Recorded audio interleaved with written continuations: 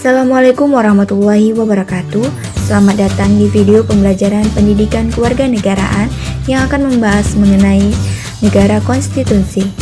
Video ini dibuat untuk memenuhi tugas pendidikan kewarganegaraan dengan dosen pengampu Ibu Emilia Susanti, SPD MPD. Kami dari kelompok 6 yang beranggotakan Helmat Diana, Muhammad Al-Fikri, dan saya sendiri Nurdiani.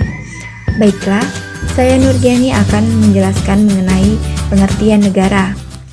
Negara merupakan suatu organisasi di antara sekelompok atau beberapa kelompok manusia yang secara bersama-sama mendiami suatu wilayah tertentu dengan mengakui adanya suatu pemerintahan yang mengurus tata tertib dan keselamatan sekelompok atau beberapa kelompok manusia yang ada di wilayahnya.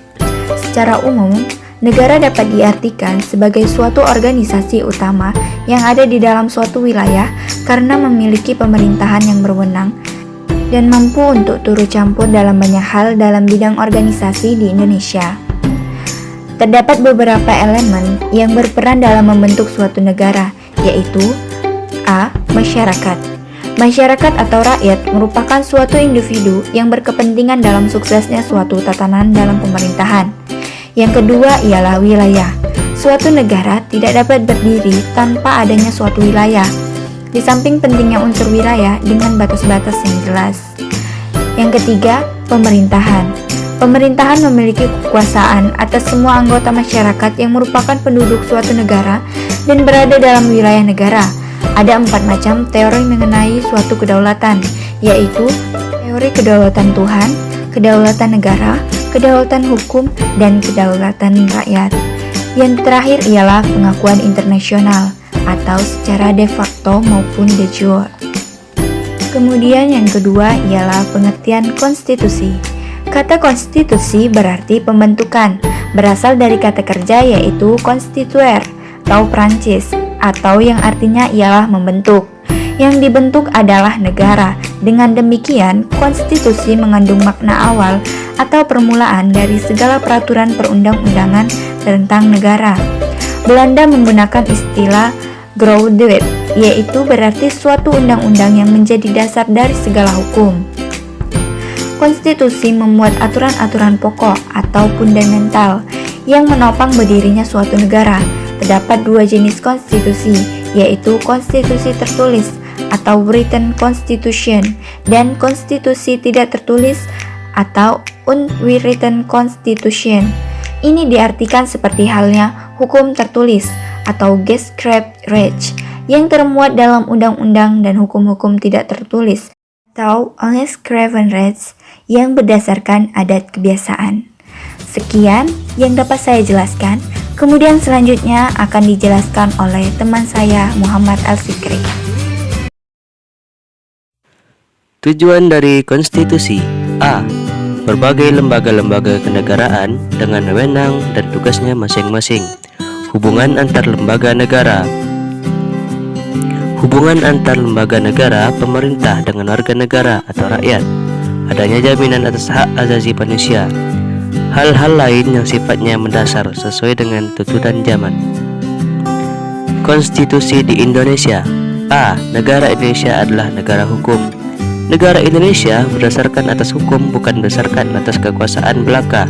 Terbukti bahwa pemerintahan dan lembaga-lembaga lainnya dalam melaksanakan tindakan-tindakan apapun harus dilandasi oleh peraturan hukum atau dapat dipertanggungjawabkan secara hukum. Pokok-pokok pikiran yang terkandung dalam pembukuan Undang-Undang Dasar 1945 yang diwujudkan oleh cita-cita hukum dan hukum dasar yang tertulis dengan landasan negara hukum. Setiap tindakan negara haruslah mempertimbangkan 2 kepentingan, yaitu kegunaannya dan hukumannya, agar senantiasa setiap tindakan negara selalu memenuhi 2 kepentingan tersebut. B. Hukum dasar tertulis dan tidak tertulis. 1.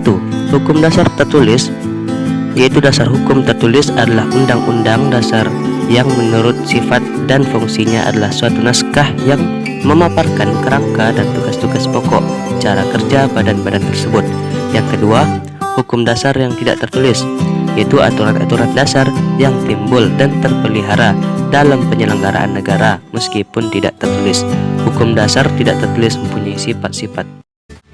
Selanjutnya akan dijelaskan oleh teman saya, Helma Tiana Putri.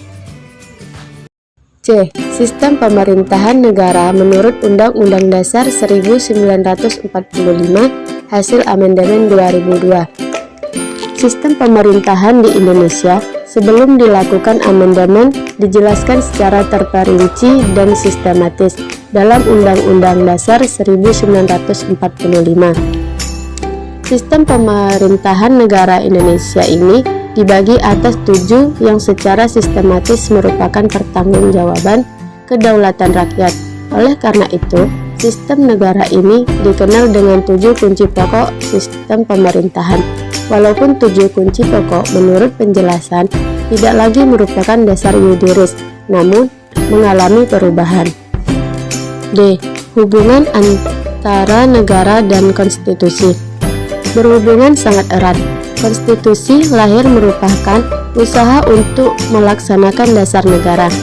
Dasar negara memuat norma-norma ideal yang penjabarannya dirumuskan dalam pasal-pasal oleh Undang-Undang Dasar atau Konstitusi, merupakan satu kesatuan utuh, di mana dalam pembukaan Undang-Undang Dasar 45 tercantum dasar negara Pancasila. Melaksanakan konstitusi pada dasarnya juga melaksanakan dasar negara. Baiklah, sekian dari presentasi materi kelompok kami. Kurang dan lebih kami mohon maaf. Wabillahi taufiq wal hidayah. Wassalamualaikum warahmatullahi wabarakatuh.